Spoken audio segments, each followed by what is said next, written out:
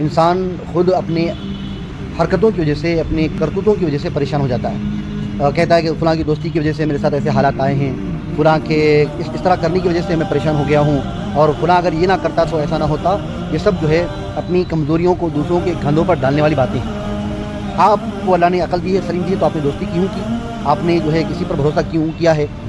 انسان جو ہے ہمیشہ محنت کریں، کوشش کریں، اور اگر وہ کبھی کسی مرحلے میں ناکام ہو جائیں تو وہ دوسروں کو ملامت نہ کریں، دوسروں کے بارے میں یہ نہ کہیں کہ تمہاری وجہ سے ایسا ہو گیا، بلکہ یوں سمجھے کہ میں نے کہیں کچھ کمی کی ہوگی، میرے اندر کچھ کمی رہ گئی ہوگی، اس وجہ سے میرے ساتھ یہ حالات آئے ہیں۔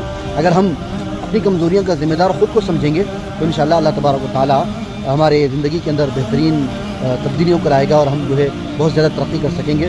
اس لیے ایک بات یاد رکھیں، کبھی بھی اپنی ناکامیوں کا ذمہ دار ہم دوسروں کو نہ بنائیں۔ اللہ ہم سب کو دنیا اور آخرت میں خوب ترقی اور خوب کامیابی نصیب فرمائے، آمین۔ السلام علیکم ورحمۃ اللہ وبرکاتہ۔